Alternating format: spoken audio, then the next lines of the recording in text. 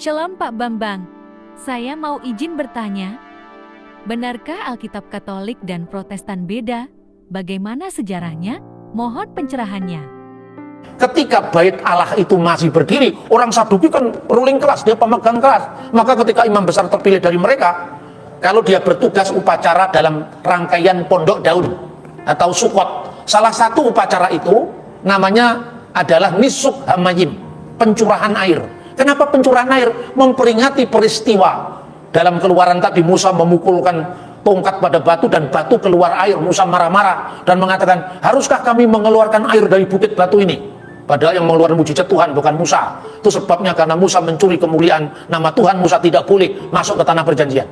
Peristiwa itu yang mau dihayati oleh ritus ritus Sukot atau pondok daun, kan begitu. Nah, pencurahan air itulah yang kemudian dilakukan oleh orang-orang Saduki. Dia membawa kendi dari kolam Siloam atau apa itu, kemudian diciprat-cipratkan begitu. Pada saat orang-orang Yahudi, Parisi kebanyakan ini, datang untuk berebut cipratan air itu, tiba-tiba Yesus muncul di tengah-tengah mereka. Yohanes pasal 7:37 dan berkata, barang siapa haus, hendalah ia datang kepadaku dan minum. Itu konteksnya apa? Konteksnya upacara Nisuk Hamayim. Orang Saduki tidak percaya karena ayatnya tidak ada. Karena tidak ada ayatnya, maka saya tidak mau.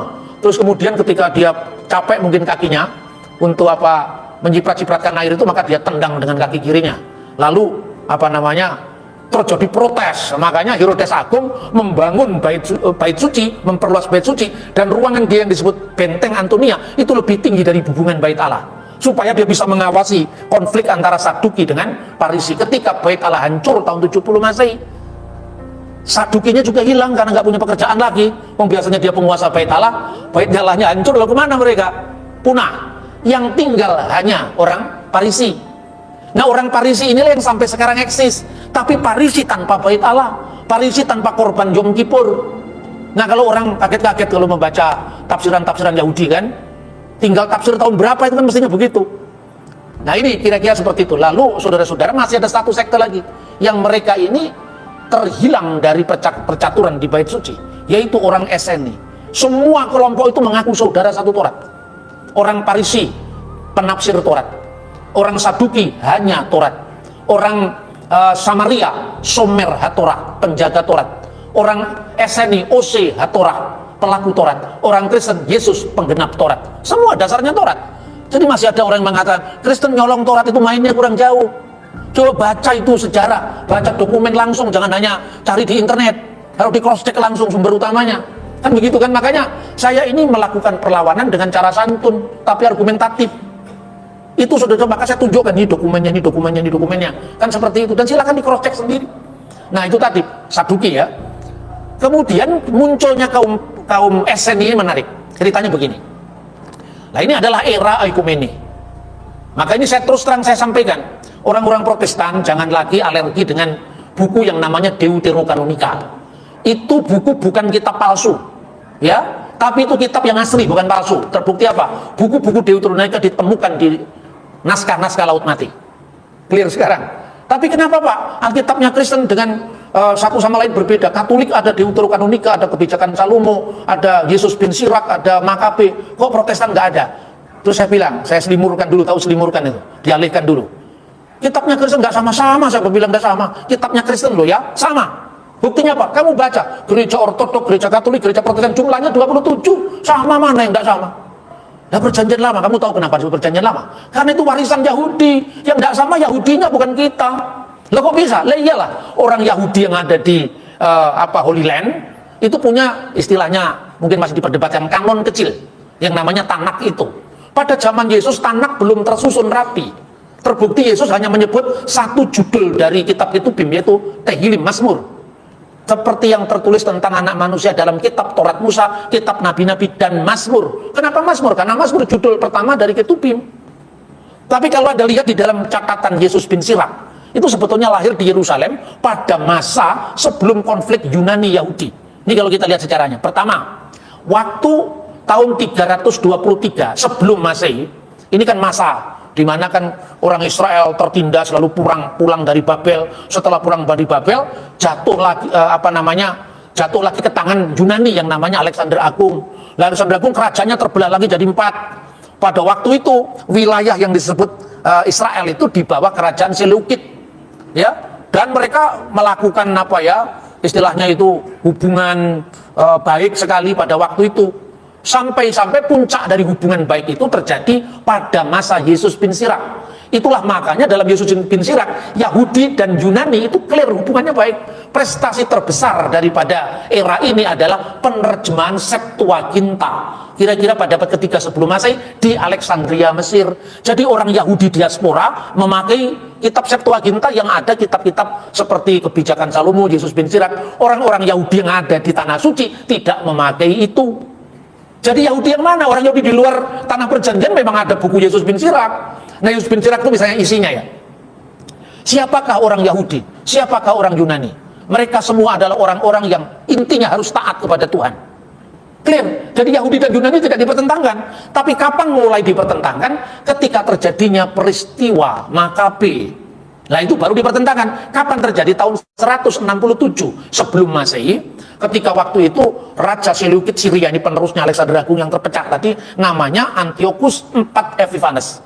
Antiochus IV Epiphanes itu melancarkan pelecehan terhadap bait suci di Yerusalem dan memaksa orang-orang Yahudi untuk menyembah dewa Yunani. Saat itulah mulai terjadi konflik besar-besaran. Orang Yahudi dilarang bersunat, dilarang merayakan Sabat, dipaksakan darah babi dicurahkan di mesbah bait suci itu. Akibatnya terjadilah kemarahan. Anak dari imam, seorang yang tinggal di desa Mudiim, ya, itulah yang dikenal keluarga Makabe.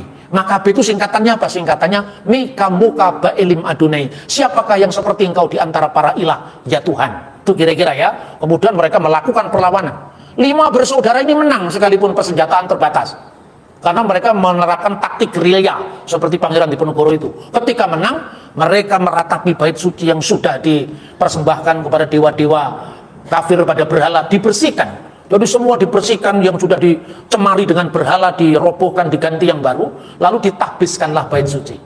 Nah, kenapa terjadi upacara yang namanya upacara pentahbisan bait suci? Yesus pun datang pada upacara itu. Dan cirinya apa pentahbisan bait suci? Namanya perayaan Hanukkah. Kalau Anda lihat baca dalam kitab Taurat, kaki dian itu cabangnya berapa? 7. Itu namanya menorah. Tapi orang Yahudi juga punya upacara namanya Hanukkah. Kaki dian bercabang 9. Banyak sudah pergi ke Israel kan?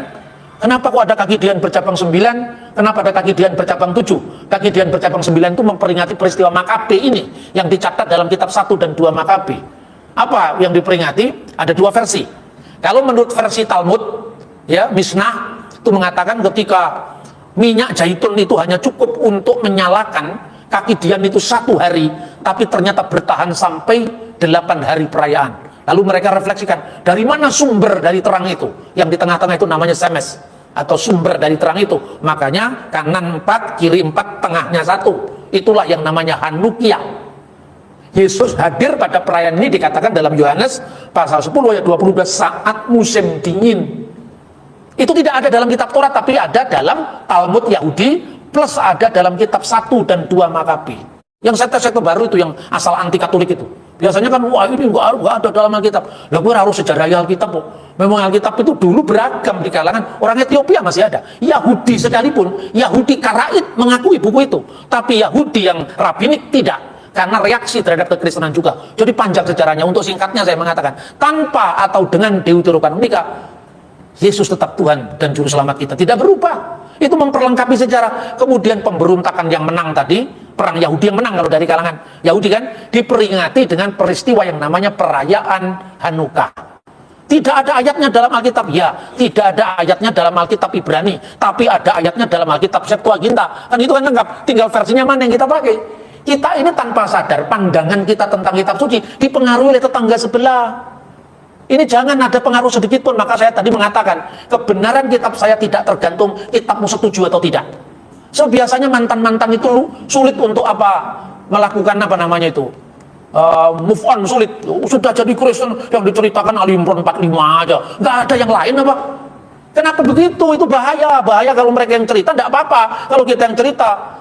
Penodaan agama itu loh. Makanya daripada penodaan agama, belajar yang pinter, yang melampaui ya makhluk-makhluk yang suka bikin perkara itu, Ya, dan kemudian kita tunjukkan argumentasinya, mereka jengkel tapi lama-lama umurnya tidak panjang.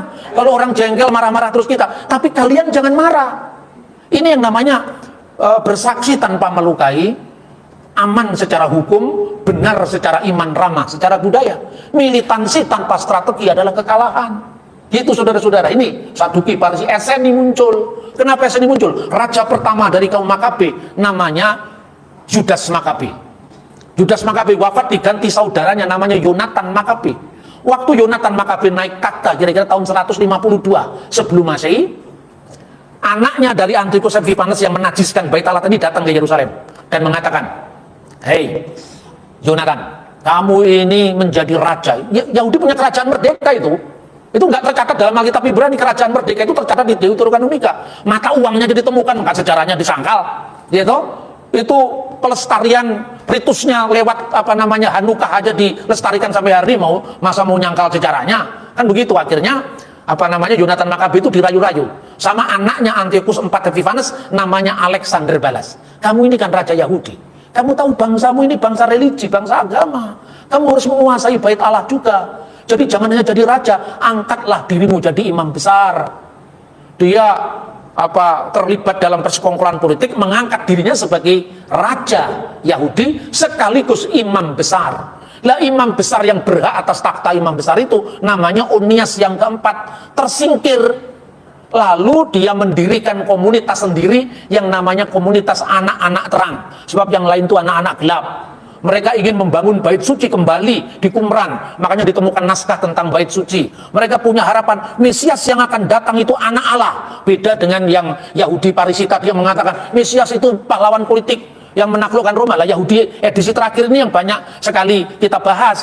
Makanya dalam kajian mata kuliah Yudaisme tidak mendalam di STT itu.